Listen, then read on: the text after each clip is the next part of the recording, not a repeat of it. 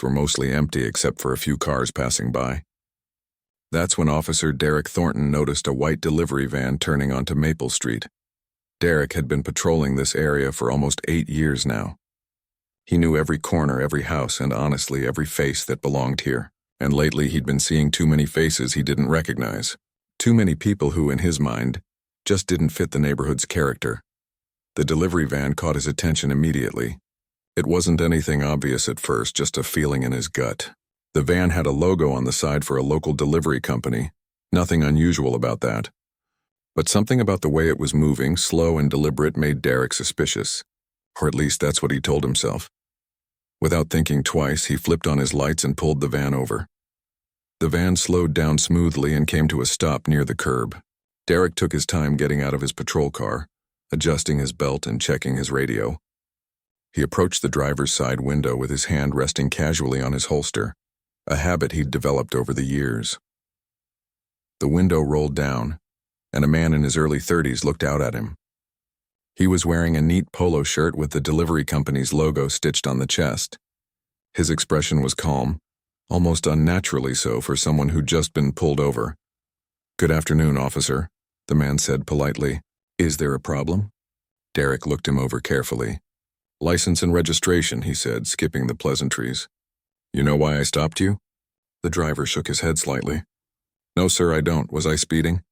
"You were driving suspiciously," Derek replied, his tone flat. "We've had reports of thefts in this area. Your van matches a description we received." The driver's eyebrows raised just a fraction. Anyone watching closely would have noticed the slight pause, the way he seemed to be measuring his words before speaking. "I see," he said carefully. "Well, I'm just doing my deliveries for the day. I can show you my route sheet if that helps." Derek's jaw tightened. He didn't like the calm tone, didn't like how composed this guy was. Most people got nervous when they were pulled over. They stammered, apologized, tried to explain themselves. But this man was too cool, too collected. "Step out of the vehicle," Derek ordered, his hand moving slightly closer to his weapon. The driver hesitated for just a moment. "Can I ask what specific violation I've committed, officer?" That did it. Derek felt his frustration rising. "I said step out of the vehicle now." The driver nodded slowly and reached for his seatbelt. "I'm just unbuckling my seatbelt, officer. My wallet is in my back pocket. I'm going to step out now." He moved deliberately, making every action visible and predictable. The door opened, and he stepped onto the pavement with his hands slightly raised, showing he wasn't a threat. He was about 6 feet tall, well-built, and carried himself with a quiet confidence that somehow made Derek even more irritated. By now, a couple of cars had slowed down to see what was happening. One driver pulled over about 50 feet away, phone already out and recording. In the modern age, every traffic stop was a potential viral video, and everyone knew it. Derek noticed the phone but didn't care. He had nothing to hide. He was just doing his job, keeping the neighborhood safe. At least that's what he kept telling himself. "Turn around and put your hands on the vehicle," Derek commanded. The driver complied without argument, placing his palms flat on the side of the van. Derek patted him down quickly, finding nothing but a wallet, a phone, and some keys. He pulled out the wallet and flipped it open, checking the license. The name on the license was David Hayes. Address was across town, not in Riverside. Derek felt a small surge of vindication. See? He didn't belong here. "What are you doing in this neighborhood, Mr. Hayes?" Derek asked, his tone carrying an edge that suggested the question wasn't really about deliveries. David kept his hands on the van, his voice steady. "I'm making deliveries, officer. Like I said, I can show you my route sheet. I've got packages for 3 different addresses on this street." "I want to search your van," Derek stated, not quite making it a question. "Do you have probable cause for a search, officer?" David asked calmly. There it was again. That calm, that knowledge of his rights, that refusal to be intimidated. It made Derek's blood boil. "I've got probable cause if I say I've got probable cause," Derek shot back. "You're in a high-value neighborhood, driving a van that matches a description, and you're being uncooperative." "I'm not being uncooperative." "Sir?" David replied, his tone still respectful but firm. "I'm simply exercising my constitutional rights. If you have probable cause, I'll cooperate fully, but I'd like to know what specific cause you have." Derek's face reddened. He grabbed his radio. Dispatch, this is Unit 12. I need backup at Maple and Riverside. I've got an uncooperative subject, possible connection to the recent thefts. The radio crackled back with confirmation. Backup was on the way. David remained exactly where he was, hands on the van, not moving a muscle. But if Derek had been paying closer attention, he might have noticed the smallest hint of something in David's expression. Not fear, not anger. Something else entirely. Something almost like he'd been expecting this exact situation. The afternoon sun continued to shine down on Maple Street, and more cars began to slow down. More phones came out. A small crowd was gathering on the sidewalk, watching the scene unfold. Derek stood behind David, hands still near his weapon, waiting for his backup to arrive. He had no idea that this routine traffic stop was about to become the worst decision of his entire career. He had no idea that David Hayes wasn't just a delivery driver, and he definitely had no idea that somewhere nearby, federal agents were watching every single move he made.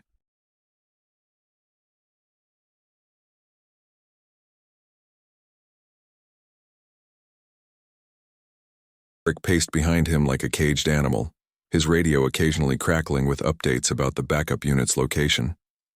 The small crowd on the sidewalk had grown. About 7 or 8 people now stood watching, some whispering to each other, others openly recording with their phones. An elderly woman walking her dog stopped and asked someone what was happening. A teenager on a bicycle circled back to watch. Derek noticed all of it, and it only made him more agitated. He didn't like being watched. Didn't like feeling like he was on trial for just doing his job. "So you do deliveries, huh?" Derek said, breaking the silence. His tone was casual, but there was an edge underneath. "Funny, I've been patrolling this neighborhood for years. Never seen your company's vans around here before." David kept his eyes forward. "We service the entire city, officer." "I'm sure we've been through here before." "Yeah, I'm sure," Derek replied, not believing a word of it. "Convenient timing, though. Right when we've got a string of break-ins happening." "I wouldn't know anything about that, sir." "Wouldn't you?" Derek stepped closer. "See, here's what I think.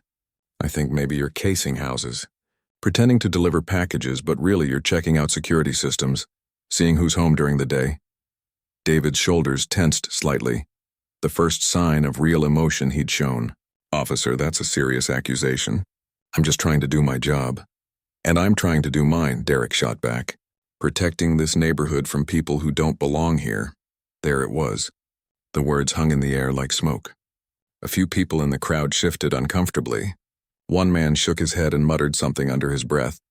David didn't respond, but his jaw tightened just a fraction. He'd heard what Derek really meant by those words. They both knew exactly what this stop was really about. The sound of a siren grew louder, and another patrol car pulled up behind Derek's vehicle. Officer Lisa Chen stepped out, a compact woman in her early 40s with sharp eyes that missed nothing. She'd been Derek's partner on and off for about 3 years now, though they rarely rode together anymore. Lisa approached the scene, taking in the situation quickly. The crowd, the phones, Derek's aggressive stance, and the calm delivery driver with his hands on the van. "What have we got, Derek?" she asked professionally. "Suspicious vehicle," Derek replied. "Matches a description from the recent thefts. Drivers being uncooperative, refusing to let me search the van." Lisa walked around to look at the van more carefully. She noted the professional logo, the clean exterior, the proper license plates. Something felt off about this whole thing, but it wasn't the van or the driver. It was Derek. "Did you run the plates?" Lisa asked. Derek hesitated for just a second. "About to." Lisa pulled out her own radio and ran them herself. The response came back within 30 seconds. The van was registered to a legitimate delivery company. No warrants, no flags, completely clean. "Plates come back clean," Lisa announced. "Vehicles registered properly." Derek waved it off. "Doesn't mean anything. These thieves use legitimate-looking vehicles all the time." Lisa frowned. She'd noticed something over the past few months, something that bothered her more and more each time it happened. Derek had a pattern. He pulled over a lot of people in this neighborhood, but not everyone. Mostly people who, like this driver, didn't look like the typical Riverside resident. She'd tried to bring it up once, casually in the break room. Derek had laughed it off, said she was being too sensitive. But Lisa wasn't sensitive. She was observant. And what she was observing didn't sit right with her. "Derek," she said carefully, "what's the actual probable cause here?" Did you witness a traffic violation? Derek's face reddened. He was driving suspiciously, Lisa. I know suspicious when I see it. Driving suspiciously isn't probable cause for a search, Lisa pointed out, keeping her voice professional. The van's clean, the plates are good. Maybe we should let him finish his deliveries. Maybe you should let me handle this, Derek snapped. I'm the senior officer here. Lisa's eyes narrowed, but she took a step back.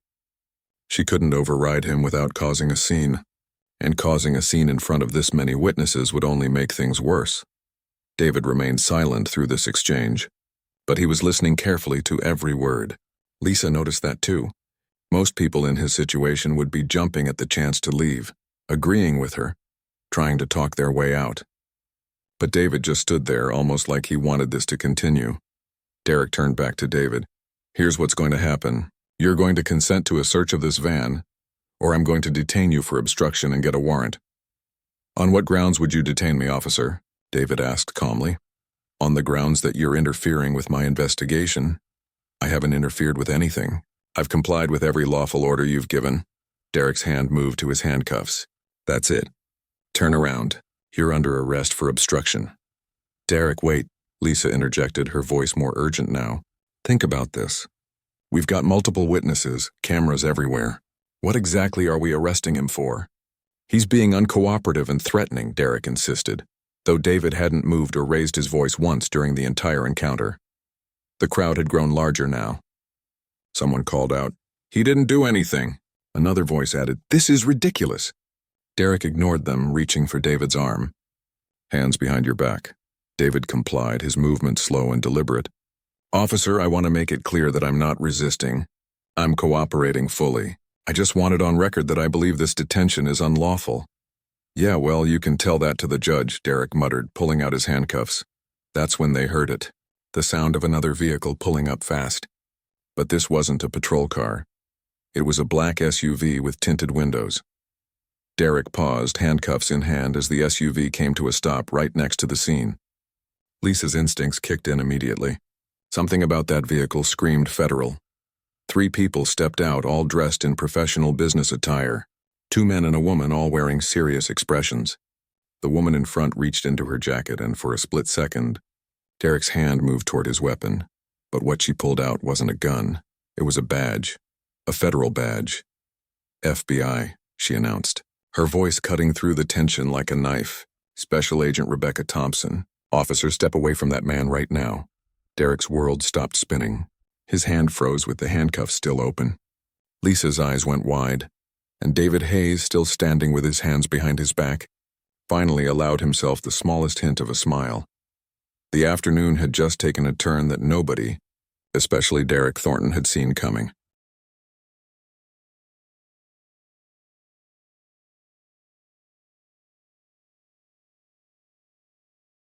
And held it up long enough for him to read every letter, every number, making sure there was no doubt about who she was.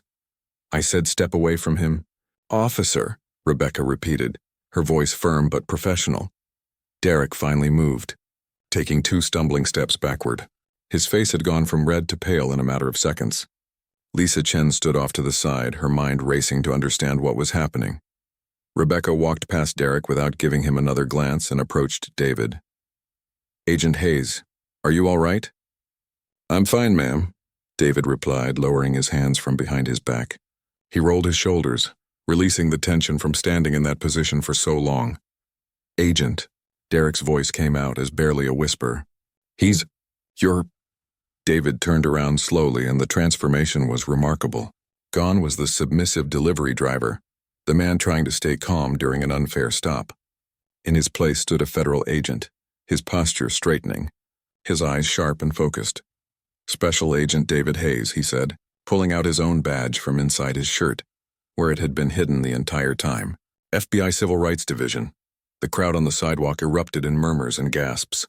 Phones were still recording, capturing every second of this stunning revelation. Derek felt like the ground was opening up beneath his feet. Lisa stepped forward, her professional instincts kicking in despite her shock. Ma'am, can you explain what's going on here? Rebecca nodded, appreciating the question. Officer Chen, is it? Yes, ma'am. Officer Chen, your partner just interfered with an ongoing federal investigation. Operation Fair Shield has been running for the past 6 weeks, investigating allegations of discriminatory policing practices within the Riverside Police Department. Derek found his voice, though it shook. This is entrapment. You set me up? No, officer, Rebecca replied calmly. Entrapment would be if we induced you to commit a crime you wouldn't normally commit. We simply provided you with an opportunity to do your job correctly. You made the choice to violate this man's civil rights entirely on your own. One of the other agents, a tall man named Agent Rodriguez, stepped forward with a tablet in his hands. Officer Thornton, do you remember pulling over a delivery van on this same street 4 weeks ago? Derek's eyes widened. What?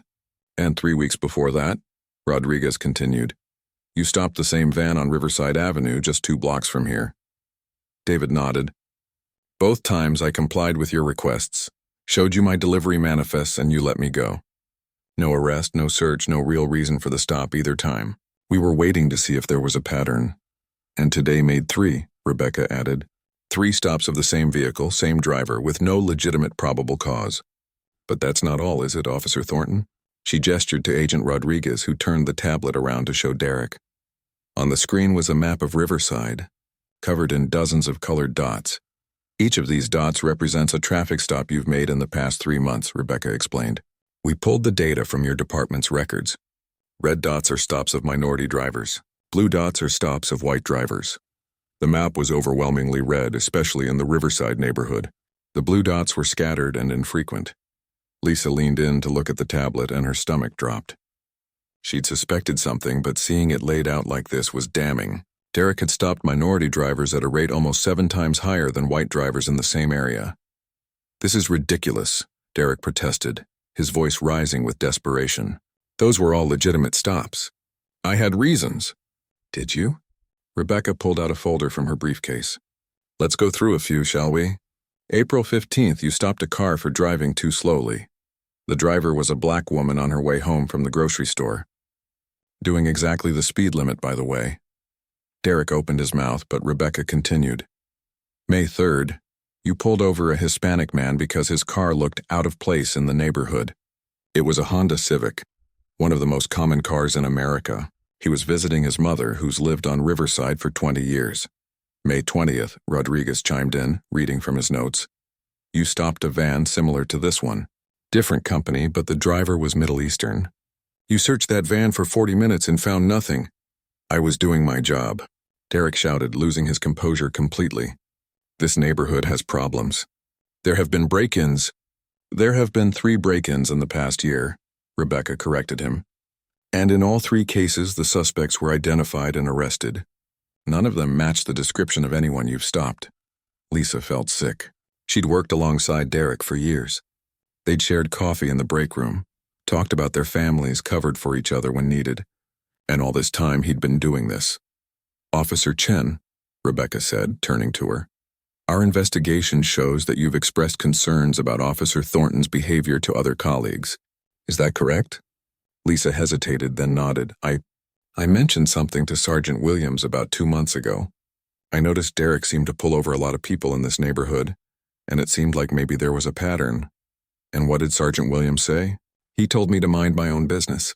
Said Derek was just being thorough because of the crime rate. Rebecca made a note of that. We'll be speaking with Sergeant Williams as well. Derek looked at Lisa, betrayal written all over his face. You ratted me out? I didn't rat you out, Lisa shot back, her own anger finally showing. I tried to help you. I tried to get you to see what you were doing. But you wouldn't listen. David spoke up, his voice calm but carrying weight. Officer Thornton, you had 3 chances to do the right thing with me. 3 times you could have checked my credentials, seen I had legitimate business here, and sent me on my way. But each time you saw what you wanted to see, someone who didn't belong. I didn't, Derek started, but the words died in his throat, because deep down he knew it was true. Rebecca closed her folder. Officer Thornton, you need to understand the severity of what's happening here. You're being investigated for civil rights violations under Title 18, United States Code, Section 242. That's the unlawful deprivation of rights under color of law. That's a federal crime, Derek whispered, the reality finally sinking in. Yes, it is, Rebecca confirmed. And depending on what else we uncover, you could be facing multiple counts. The crowd had grown silent, everyone straining to hear what was being said. Some were still recording, but others had lowered their phones, too shocked by what was unfolding to remember to film. Lisa stood there, her mind reeling. She thought about all the times she'd brushed off her instincts, told herself she was overthinking things. All the times she could have pushed harder, said more, done something. What happens now? She asked quietly. Rebecca looked at her with something that might have been sympathy. Now we go through everything. Every stop, every report, every complaint. Officer Chen, because you cooperated and expressed concerns prior to this investigation, you're not currently under suspicion, but we will need to interview you extensively. I understand, Lisa said. Rebecca turned back to Derek. Officer Thornton, you're being placed on immediate administrative leave pending the outcome of this investigation. You need to surrender your badge and weapon right now. Derek's hands shook as he unclipped his badge from his belt. This couldn't be happening. This had to be a nightmare. He was just doing his job. He was protecting people, wasn't he? But as he looked at the map on the tablet again, at all those red dots concentrated in neighborhoods where people didn't look like the residents, he couldn't deny the truth anymore. He'd let his biases turn him into exactly the kind of cop he'd always sworn he'd never be. And now, everyone was going to know it. Derek's badge felt heavier than it ever had as he held it in his trembling hand. For 8 years, that piece of metal had been part of his identity. Now, as he extended it toward Agent Thompson, it felt like he was handing over a piece of himself. Your service weapon as well, Rebecca reminded him gently but firmly. Derek unholstered his gun with extreme care, hyper-aware that he was surrounded by federal agents and a crowd of witnesses. He handed it over grip first to Agent Rodriguez, who secured it in an evidence bag. Just like that, Derek Thornton was no longer an active police officer. The crowd watched in stunned silence. An elderly man who'd been walking his dog earlier whispered to his neighbor, "Did you see that?" I can't believe it." A young woman who'd been recording nodded slowly, still processing what she'd witnessed. Lisa Chen stood off to the side, her arms crossed, trying to maintain her professional composure. But inside she was falling apart. How had she missed this for so long? Or worse, how had she seen it and not done enough to stop it? David Hayes walked back to his delivery van, reached inside and pulled out a small device that looked like a regular dashboard camera. Except it wasn't just for recording accidents. Every interaction was documented, David explained, holding up the camera.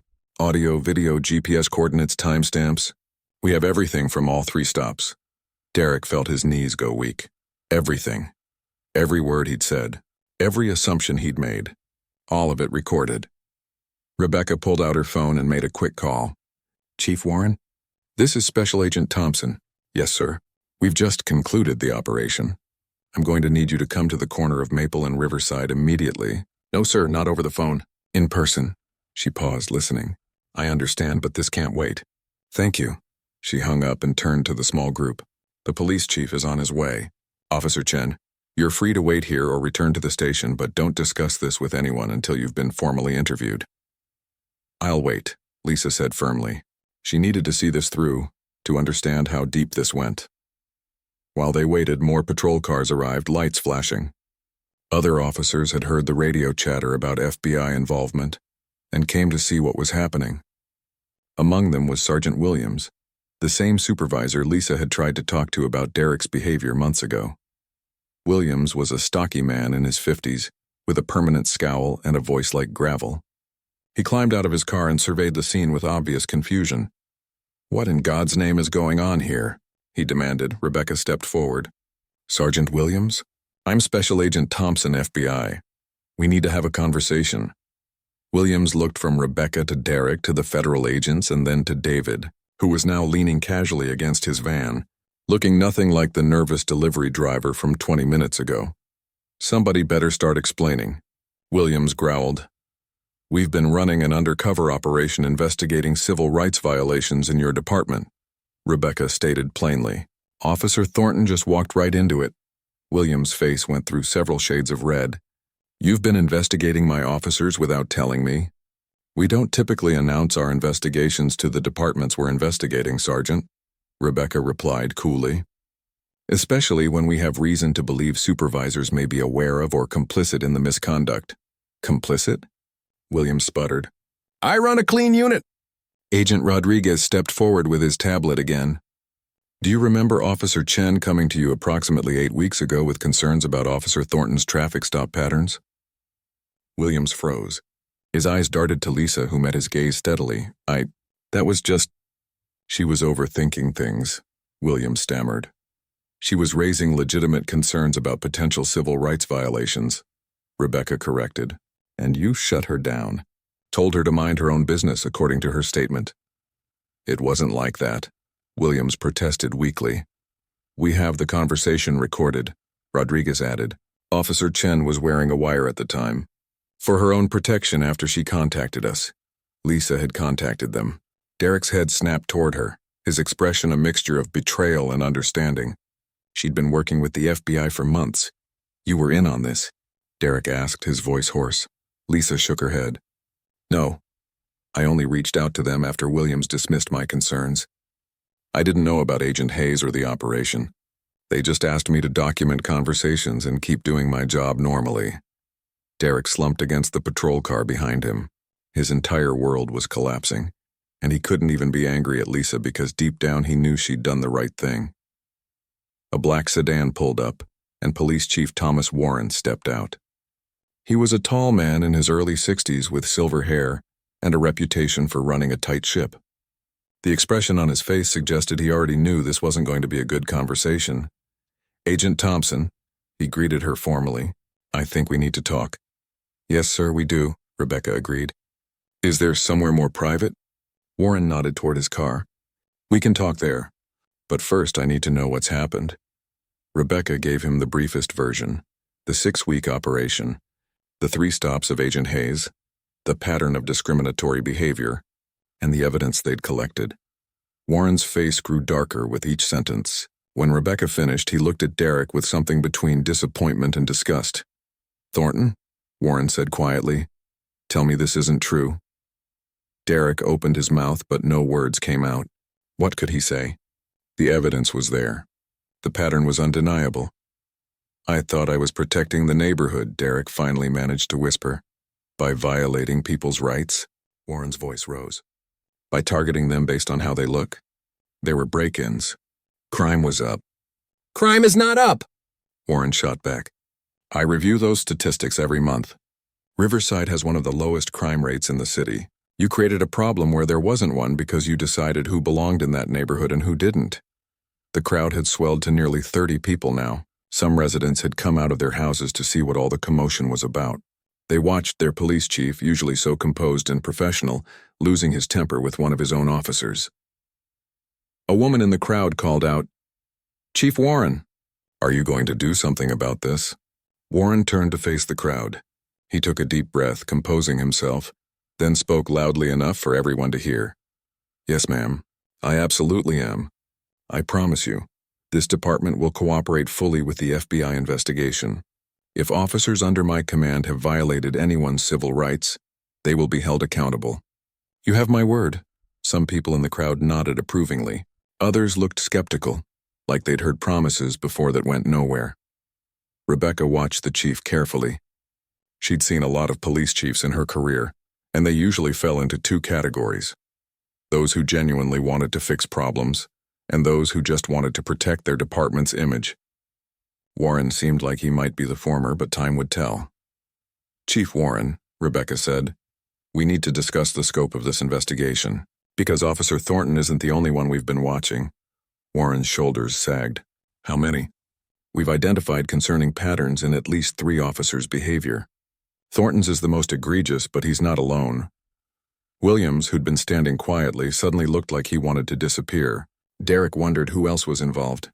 Were they guys he worked with regularly? Friends he'd grabbed lunch with? David Hayes finally spoke up, addressing the crowd. I know this is shocking to watch, but I want you all to understand something. This operation wasn't about catching bad cops for the sake of it. It was about protecting your community.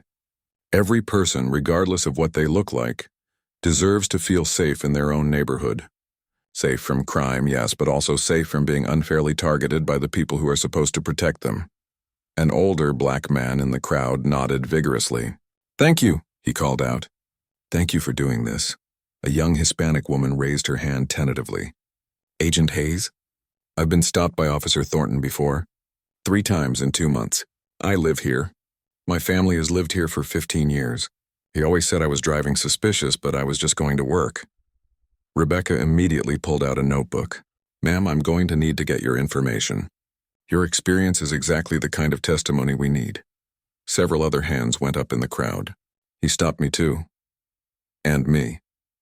He made me get out of my car in front of my own house and asked me what I was doing here. Derek watched in horror as person after person came forward with stories. These weren't criminals. These were regular people, neighbors, people just trying to live their lives, and he'd made them feel like outsiders in their own community. Chief Warren stepped closer to Derek, his voice low enough that only Derek could hear. You've embarrassed this department, son. But more than that, you've hurt people. Good people. I don't know if you can ever make this right, but you're going to have to try. Derek nodded numbly, tears starting to form in his eyes. The afternoon sun was beginning to set, casting long shadows across Maple Street. What had started as a routine traffic stop had turned into something that would change the Riverside Police Department forever. And for Derek Thornton, it was just the beginning of facing the consequences of his actions. 3 days later, the Riverside Police Department looked like it had been hit by a hurricane. News vans lined the parking lot. Reporters shouted questions at anyone entering or leaving the building. Inside, FBI agents had taken over an entire conference room, boxes of files stacked against every wall. David Hayes sat in one of those rooms, his real FBI credentials now displayed openly. He was reviewing footage from the hidden cameras that had been installed in the delivery van. Each video showed a different interaction with Derek, and watching them back to back made the pattern impossible to deny. In the first stop 6 weeks ago, Derek had pulled him over for failing to signal, even though the van's camera clearly showed the turn signal had been on for a full 5 seconds. David had been polite, shown his paperwork, and Derek had let him go with a warning. But the entire time, Derek's questions had been probing, suspicious, looking for something that wasn't there. The second stop, 3 weeks later, had been even thinner. Derek claimed the van was swerving, even though GPS data and the video showed it had stayed perfectly within the lane. That time, Derek had spent 20 minutes questioning David about where he'd come from, where he was going, asking to see inside the van.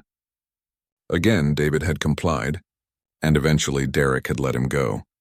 But today, the third stop, Derek had finally crossed the line from harassment into attempted unlawful arrest. It's textbook escalation, Rebecca Thompson said, standing behind David and watching the footage over his shoulder. First contact is fishing. Second is more aggressive. Third, he's comfortable enough to violate rights because he's gotten away with it twice already. The scary part is how routine it seemed for him, David replied. He didn't hesitate, didn't question himself. He genuinely believed he was doing the right thing. Rebecca nodded grimly. That's what makes these cases so hard. It's not a movie villain twirling his mustache. It's ordinary people who've convinced themselves that their prejudices are just good policing instincts. Agent Rodriguez entered the room with a thick folder. You're going to want to see this. We've been going through Derek Thornton's emails and text messages from his work phone. He spread several printed emails across the table. David and Rebecca leaned in to read them. One email from about 5 months ago was a response to a Neighborhood Watch newsletter. The newsletter had mentioned keeping an eye out for suspicious activity. Derek had replied to his sergeant writing, "Finally, someone gets it. Too many newcomers in Riverside lately. Need to keep the wrong element out." Another text message exchange with a fellow officer showed Derek complaining about having to deal with people who don't respect the neighborhood. The other officer had replied with a laughing emoji. There's dozens more like this, Rodriguez said. Nothing explicitly racist, but the implication is clear. He saw certain people as inherently suspicious based on nothing but their appearance. Rebecca rubbed her temples, and nobody called him out on it. Nobody said, "Hey Derek, that sounds problematic." One person did, Rodriguez corrected, pulling out another email. Officer Chen sent him a message about 3 months ago. Said something like, "We should be careful about profiling. Just because someone looks different doesn't mean they don't belong."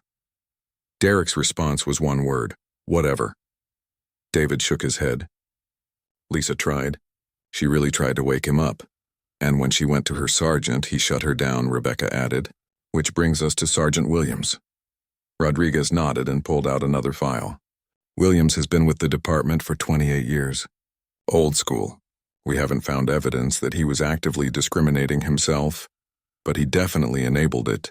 Multiple officers have come to him over the years with concerns about other officers, and he's consistently dismissed them. That's a pattern of neglect, Rebecca said. Maybe not criminal, but definitely problematic for a supervisor. Meanwhile, in another room, Lisa Chen was being interviewed by 2 other FBI agents. She'd been there for over 2 hours, going through everything she remembered about Derek's behavior. When did you first notice something was wrong? One agent asked. Lisa thought back. It was gradual. At first I thought maybe I was overthinking it.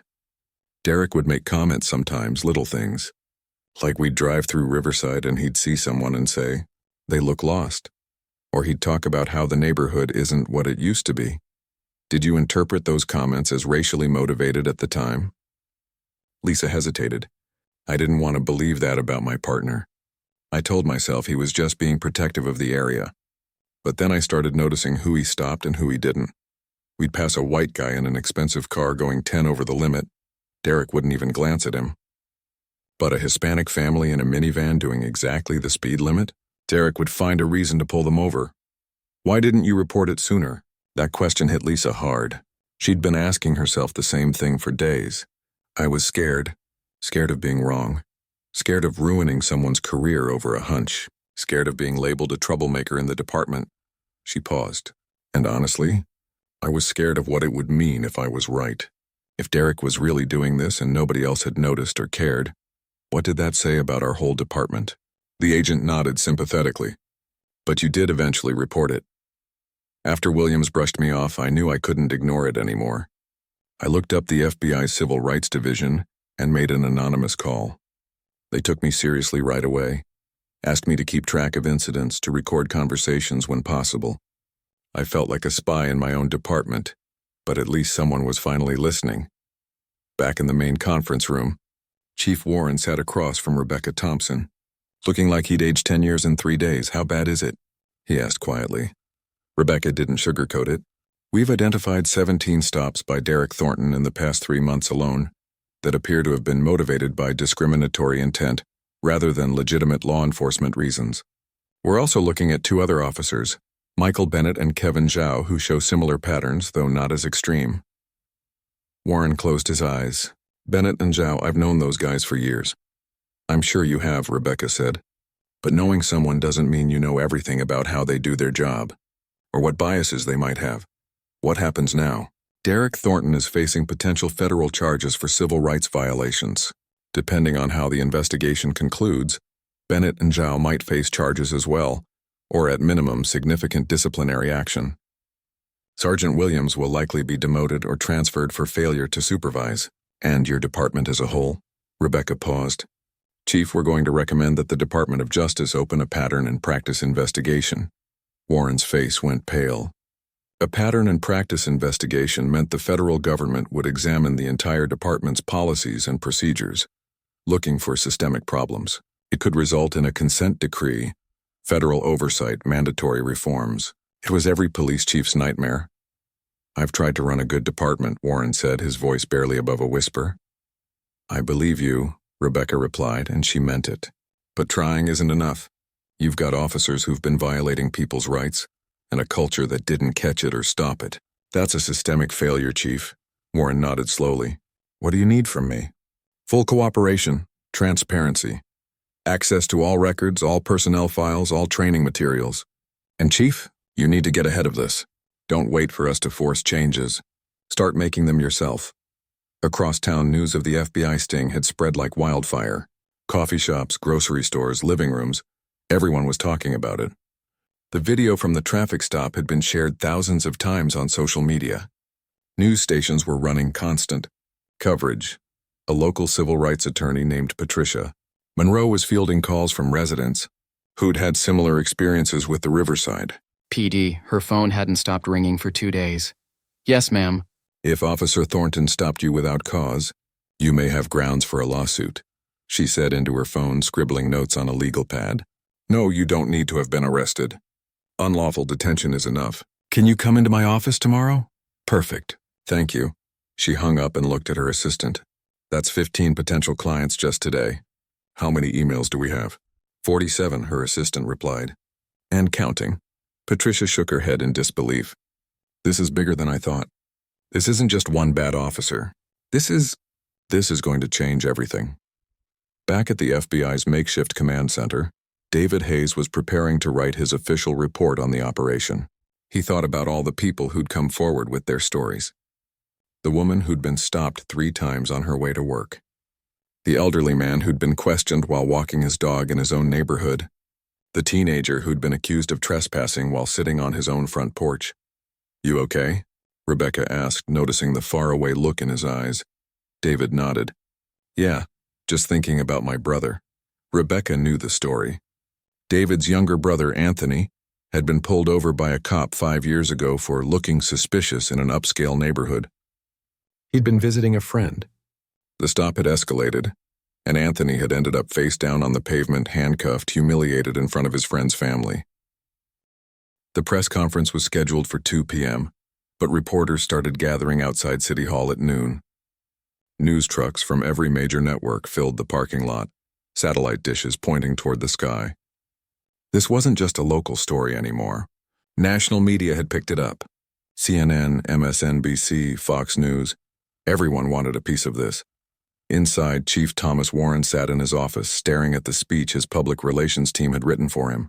It was full of the usual phrases: isolated incident, swift action, commitment to excellence. He crumpled it up and threw it in the trash. His assistant, a young woman named Rachel, peeked her head in. Chief? They're ready for you. Warren nodded and stood up, straightening his uniform. He caught sight of himself in the mirror hanging on his office wall. 23 years he'd been with this department. 15 as chief.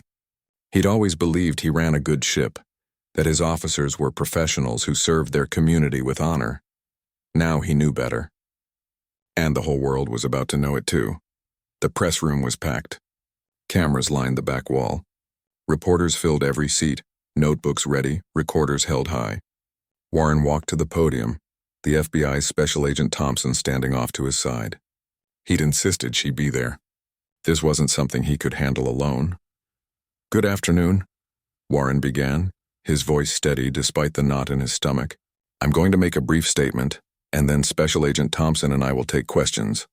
He looked down at his notes, the new ones he'd written himself in the last hour. 3 days ago, an FBI sting operation concluded in our city, exposing serious misconduct within the Riverside Police Department. Officer Derek Thornton was caught on camera, engaging in what appears to be racially motivated profiling and attempted unlawful arrest. I'm not going to stand here and call this an isolated incident, because the evidence suggests it's not. A murmur rippled through the crowd. Warren had just gone off script in a major way. The FBI has identified patterns of discriminatory behavior in multiple officers' conduct. As of this morning, Officer Derek Thornton has been terminated from the department. 2 other officers are on administrative leave pending the outcome of the investigation. Sergeant Williams has been demoted and reassigned to administrative duties. Hands shot up across the room, but Warren raised his own hand to quiet them. I need to say something else.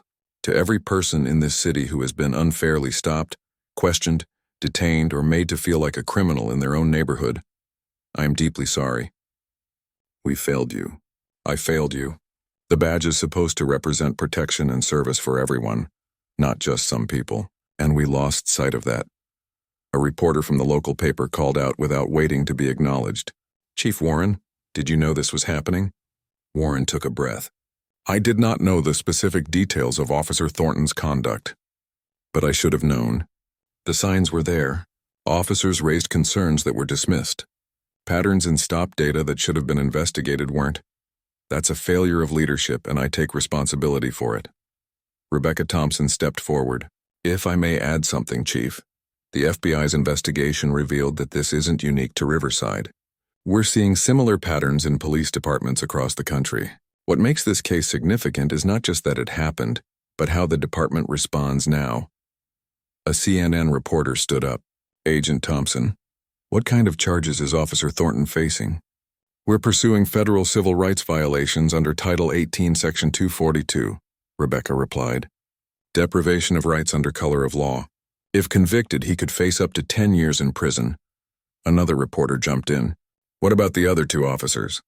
Officers Bennett and Zhao are still under investigation. We're reviewing their stop records and interviewing individuals who may have been affected by their conduct. No charges have been filed against them yet. Warren fielded the next question.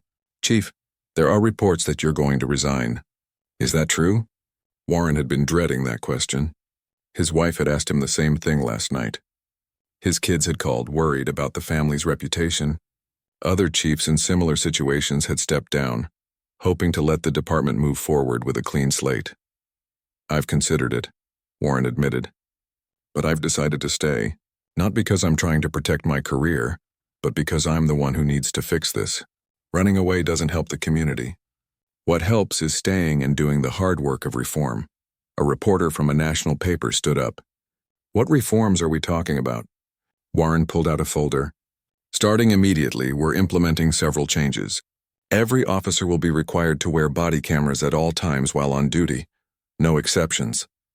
All traffic stops will be reviewed randomly by an independent oversight committee.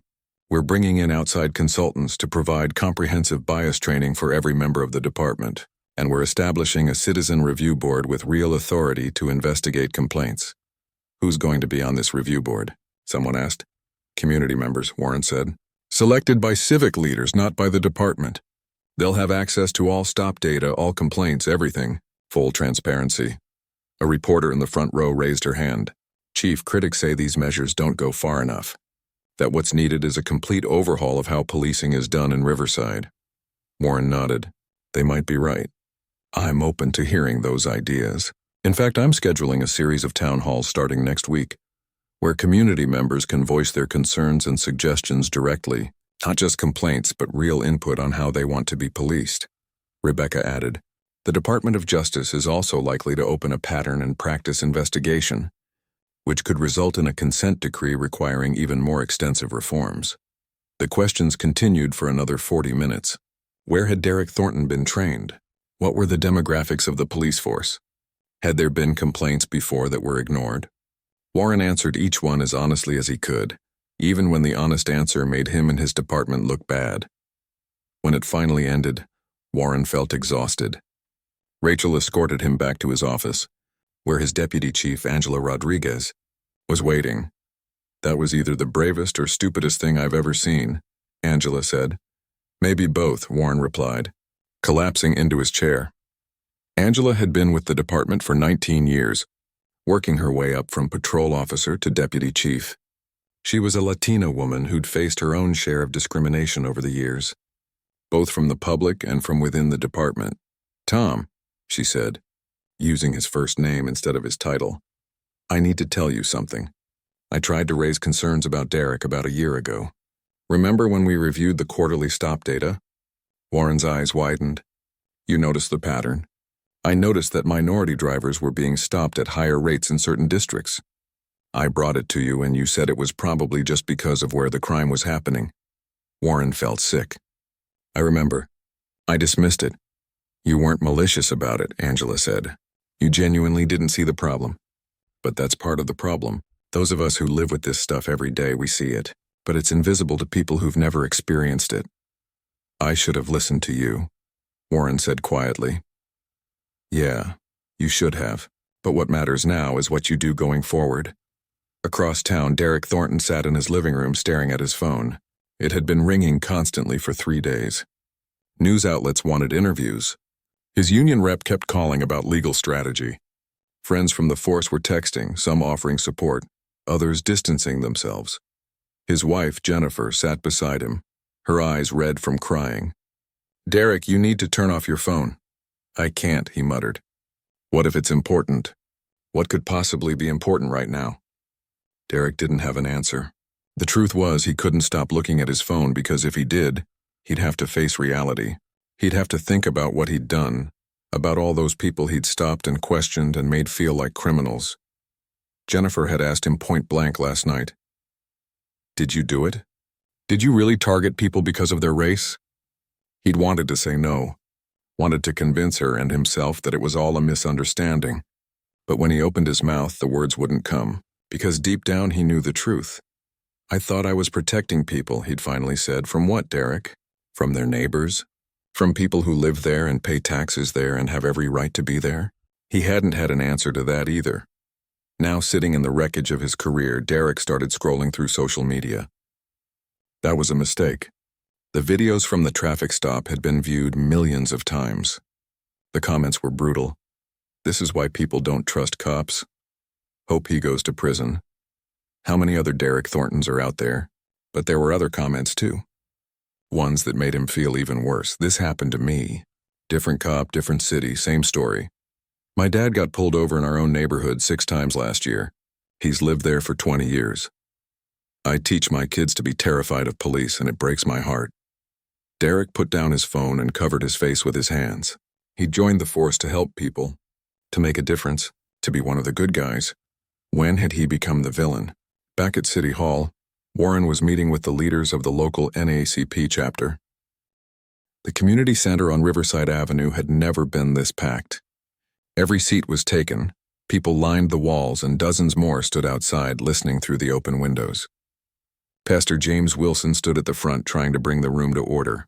"Folks, please, we need to keep this organized," he called out, his deep voice carrying over the crowd. "Everyone will get a chance to speak." This was the first town hall meeting since the FBI sting operation had been revealed, and the community had shown up in force. Young and old, every ethnicity, every background, they all had something to say. Chief Warren sat at a table on the stage, flanked by Agent Rebecca Thompson and several community leaders. He'd promised transparency, and here he was, putting himself directly in the line of fire. Pastor Wilson called on the first speaker, an elderly black woman named Mrs. Dorothy Richardson. She walked slowly to the microphone, her cane tapping against the floor. The room went silent out of respect. "I've lived in Riverside for 43 years, Mrs. Richardson began, her voice shaky but determined. 43 years. I raised my children here. My grandchildren play in the park down the street. But in the last few years, I don't feel welcome in my own neighborhood anymore." She paused, gathering herself. 3 months ago, I was walking home from the grocery store. Officer Thornton pulled up beside me and asked me what I was doing in the area. I told him I live here, have lived here for decades. He asked to see my ID, made me prove I belonged in my own neighborhood. The crowd murmured angrily. Mrs. Richardson continued. I showed him my driver's license with my address clear as day. You know what he said? "Just making sure, ma'am. We've had some problems with people who don't belong here. I'm 71 years old, and I was made to feel like a criminal for walking home with groceries." Warren felt each word like a physical blow. Mrs. Richardson returned to her seat to supportive applause. The next speaker was a young man in his 20s named Carlos Martinez. He looked nervous but angry. "My name is Carlos. I'm a software engineer. I bought a house in Riverside 2 years ago because it's a nice neighborhood and I wanted a safe place to raise a family someday. But I've been stopped by police 5 times since I moved in. 5 times. Always the same questions. Do I live here? What am I doing here? Where am I going?"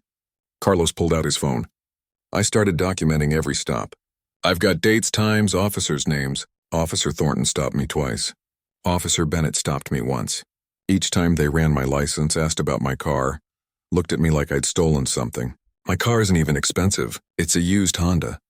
But apparently, in their minds, someone who looks like me shouldn't be driving through this neighborhood. He looked directly at Chief Warren. "I pay taxes. I follow the law. I've never even gotten a speeding ticket.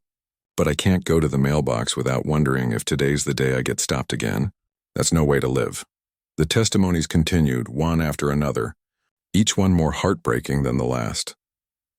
A middle-aged Asian woman named Linda Chen, no relation to Officer Lisa Chen, described being stopped while jogging in her own neighborhood, questioned about whether she was visiting someone. A black teenager named Tyrone spoke about being stopped while sitting on his own front porch, accused of loitering until his mother came out to verify he actually lived there. A Hispanic family recounted being pulled over in their minivan. The father asked to step out of the vehicle while his children watched in fear, all because the officer claimed their temporary license plate looked suspicious. After an hour of testimonies, Pastor Wilson called for a break. People stood stretching, some crying, others comforting each other. Warren approached Mrs. Richardson, who was sitting with a group of friends. "Mrs. Richardson," he said quietly, "I owe you an apology. What happened to you should never have happened." She looked up at him, her eyes sharp despite her age. "An apology is a start, Chief. But what I need is a promise that my grandchildren won't go through what I went through." "Can you promise me that?" Warren wanted to say yes, wanted to guarantee that everything would be fixed. But he'd learned in the past week that false promises did more harm than good. "I can't promise perfection," he said honestly, "but I can promise that I'm going to do everything in my power to make this department better. To train our officers properly, to hold them accountable, to build trust with this community." Mrs. Richardson studied his face for a long moment. "I'll be watching, Chief. We all will be." When the meeting resumed, the focus shifted from individual stories to larger questions about systemic change.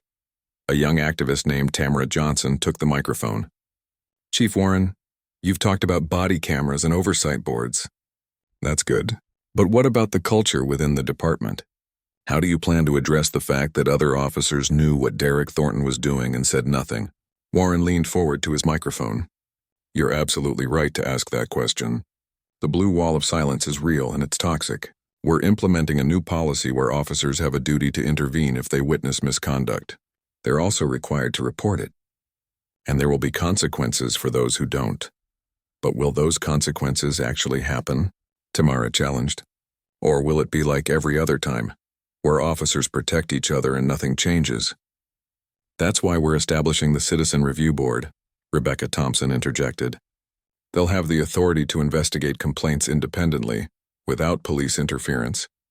Real accountability requires external oversight." A man in the back raised his hand. "What about compensation for the people who were wrongly stopped and harassed? Some of us missed work because we were detained for no reason. Some of us had our cars searched and damaged. Who pays for that?" Warren nodded. "That's a legal question that's being addressed. A civil rights attorney named Patricia Monroe is representing several individuals who are filing lawsuits. The city will have to answer for those actions in court." Patricia Monroe herself stood up from the crowd. "That's right. And I want everyone here to know.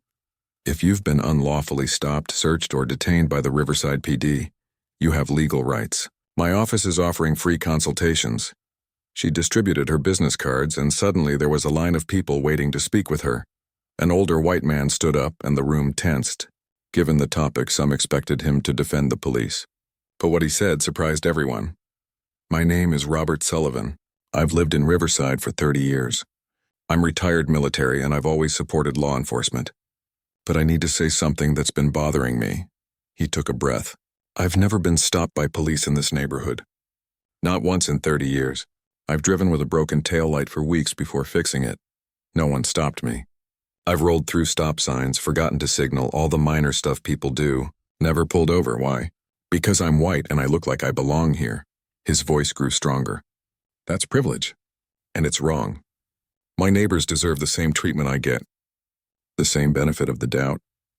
The same freedom to live their lives without being questioned. And if the police can't provide that equally to everyone, then we need new police." The room erupted in applause. Robert sat down, looking embarrassed but resolute. David Hayes, the FBI agent who'd gone undercover, had been sitting quietly in the back. Now he stood up and walked to the microphone. "I want to share something personal," David said. 5 years ago, my younger brother was stopped by police in a neighborhood similar to this one. He was visiting a friend. He had every right to be there, but the officer decided he looked suspicious. My brother ended up handcuffed on the ground in front of a house full of people. No charges, no apology, just humiliation." The room was silent, hanging on every word. That experience changed my brother. He doesn't trust police anymore. He gets anxious when he sees a patrol car. And he's one of the good outcomes. He wasn't hurt, wasn't arrested, wasn't killed. But his sense of safety in his own community was destroyed. David looked around the room. "That's why I volunteered for this operation. Not to trap good cops doing their jobs, but to expose the ones who abuse their power.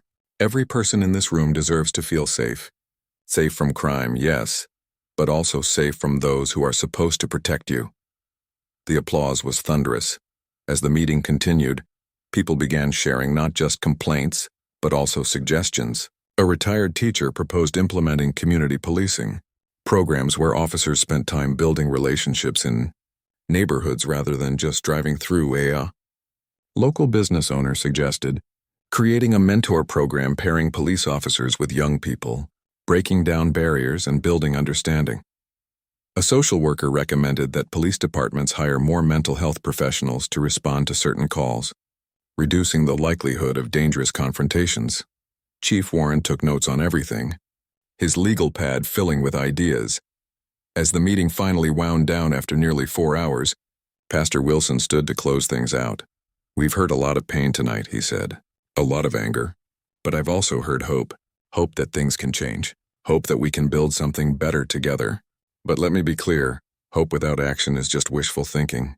We're going to hold this department accountable." 14 months later, the federal courthouse in downtown Riverside was packed for the sentencing hearing. Derek Thornton sat at the defendant's table in a suit that didn't quite fit anymore. He'd lost weight during the trial, the stress eating away at him day by day. The jury had deliberated for less than 6 hours before returning guilty verdicts on 3 counts of civil rights violations. The evidence had been overwhelming: the videos, the pattern data, the testimony from 17 different people who'd been unlawfully stopped. Derek's lawyer had tried to argue that he'd been doing his job in good faith, that he hadn't intended to discriminate. But intent didn't matter when the pattern was so clear, so undeniable. Judge Margaret Chen, no relation to Officer Lisa Chen, reviewed the sentencing guidelines one last time. The courtroom was silent except for the quiet sobbing of Derek's wife in the front row. "Mr. Thornton," Judge Chen began, "you were given a position of immense trust and authority. Citizens are required by law to comply with police orders. They can't simply walk away if they feel they're being treated unfairly. That power imbalance places an extraordinary responsibility on police officers to exercise their authority fairly and without bias." Derek kept his eyes down, his hands folded on the table. "The evidence in this case shows a systematic pattern of targeting individuals based on their race and ethnicity. You violated not just the law but the fundamental promise of equal protection that our justice system is built upon. 17 people testified about how your actions made them feel like criminals in their own neighborhoods. That harm cannot be undone." Judge Chen paused, looking directly at Derek. "However, I also note that you have no prior criminal record, that you've expressed remorse, and that you cooperated with portions of the investigation once confronted with the evidence. Taking all factors into consideration, I'm sentencing you to 4 years in federal prison, followed by 3 years of supervised release." Derek's shoulders slumped. 4 years. His wife let out a choked cry. His lawyer placed a reassuring hand on his shoulder, though there was little comfort to be found. "Additionally," Judge Chen continued, "you are permanently barred from working in law enforcement in any capacity. You will complete 500 hours of community service upon release, working with civil rights organizations, and you will participate in a comprehensive bias awareness program." She struck her gavel. "Court is adjourned." As Derek was led away by federal marshals, Mrs. Dorothy Richardson sat in the gallery with several other victims. She'd attended every day of the trial, watching justice slowly unfold. "Is it enough?" whispered Carlos Martinez, sitting beside her. Mrs. Richardson considered the question. "Justice isn't just about punishment. It's about change. Let's see if the change happens." Outside the courthouse, Patricia Monroe held a press conference with several of her clients. The civil lawsuits had been settled 3 months earlier for a total of $2.3 million, paid by the city's insurance. It wasn't about the money for most of them. It was about acknowledgement that they'd been wronged. "Today's sentencing sends a message," Patricia said to the cameras. "Police officers who violate civil rights will be held accountable. But one conviction isn't enough. We need systemic change." Back at the Riverside Police Department, Chief Warren was in a conference room with the newly formed Citizen Oversight Board. The board consisted of 9 community members from diverse backgrounds: a teacher, a small business owner, a retired judge, a social worker, and others who represented the community's makeup. "Chief Warren," said the board's chairperson, "Michael Thompson from the NAACP. Let's review the data from the past year." Warren pulled up a presentation on the screen. The statistics told a story of gradual but real change. Traffic stops of minority drivers had decreased by 38%, while overall stops had decreased by only 12%. suggesting that the reduction was specifically in discriminatory stops, not in enforcement generally. Complaints about officer conduct had actually increased initially, which Warren explained was a good sign. People are more willing to report problems now because they believe something might actually be done about it. We're not hiding from complaints anymore, we're addressing them. The Oversight Board had reviewed 47 complaints in the past year. 23 were found to be unsubstantiated. 15 resulted in additional training for officers. 9 resulted in formal discipline, including 2 terminations. What happened to Officers Bennett and Zhao? Asked one board member. Bennett resigned before formal charges could be filed, Warren replied. He's working in private security now, not in a law enforcement capacity. Zhao completed an intensive retraining program and is back on patrol, but under close supervision. His stop patterns have normalized, and we haven't had any complaints about him in 8 months. Lisa Chen had been promoted to sergeant, as promised. She now headed up the department's new Community Relations Division, working directly with neighborhood groups to build trust. She'd also become the department's main trainer for bias awareness. In one of the training sessions, Lisa stood before a room of officers, both new recruits and veterans. "I know some of you think this training is unnecessary," she said bluntly. "You think you're not biased, that you treat everyone fairly. I thought the same thing about my former partner. Good guy, decorated officer, genuinely believed he was doing the right thing, but his actions showed a different story." She clicked to a slide showing 2 identical traffic scenarios, with only the driver's race different. Research shows that we all have unconscious biases. The question isn't whether you have them, it's whether you're aware of them and actively working to counteract them. The training was mandatory, comprehensive, and ongoing. Every officer had to complete 40 hours initially, then 8 hours annually. The curriculum covered implicit bias, de-escalation techniques, cultural competency, and constitutional rights. Some officers resented it. A few even left the force, claiming the department had become too politically correct. Warren didn't try to stop them. If they couldn't handle treating people equally, they had no business wearing a badge. But most officers embraced the changes, especially the younger ones. They'd seen the damage Derek Thornton's actions had caused, not just to the victims, but to the department's reputation and to community trust.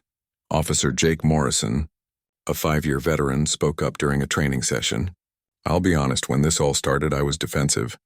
I thought people were overreacting. But then I actually looked at my own stop data, and I realized I was stopping Black and Hispanic drivers way more than white drivers. I didn't think I was biased, but the numbers don't lie." "What changed?" Lisa asked. "I started asking myself before every stop, would I pull over a white person for this same thing? If the answer was no, I didn't make the stop. My numbers have evened out, and you know what? I'm still doing my job effectively. I'm just doing it fairly now." Meanwhile, the body camera program had transformed how officers approached their duties. Every interaction was recorded, every decision documented. Officers knew they were being watched, and it made them more careful, more professional. The footage was also invaluable for training. The department created a library of both good and bad interactions, using real examples to teach officers what to do and what to avoid. In the community, changes were visible too. The department had launched a Coffee with a Cop program, where officers spent time in local cafes and restaurants, just talking with residents. No enforcement, no tickets, just conversation. Pastor Wilson had been skeptical at first, but after attending several of these events, he saw genuine effort. "I actually got to know Officer Ramirez as a person," he told his congregation one Sunday. "We talked about our families, our concerns for the neighborhood. It doesn't erase the past, but it's a start." The department had also diversified significantly. Warren had made recruitment a priority, partnering with historically Black colleges, Hispanic serving institutions, and community organizations. The new recruit class was the most diverse in the department's history: 42% women, 57% people of color. One of those new recruits was Anthony Hayes, David's younger brother. The same person who'd been humiliated during a traffic stop years ago had decided to become a police officer himself. "I could either be bitter, or I could be part of the change," Anthony explained during his academy graduation speech. "I chose change. I'm going to be the kind of officer I wish had stopped me that day. Fair, respectful and dedicated to serving everyone equally. David attended his brother's graduation, bursting with pride. After the ceremony, they stood together in their respective FBI and police uniforms. "You think it's really different now?" Anthony asked. David considered the question. "It's better. Not perfect, but better. The real test is whether the changes stick, or if people forget once the spotlight moves on." "Then we keep the spotlight on them," Anthony replied. A year after Derek's sentencing, the Department of Justice completed its pattern and practice investigation. The report was released publicly, documenting systemic problems but also acknowledging the reforms that had been implemented. The DOJ entered into a consent decree with Riverside, a legally binding agreement requiring continued reforms and federal monitoring for 5 years. Some saw it as a punishment,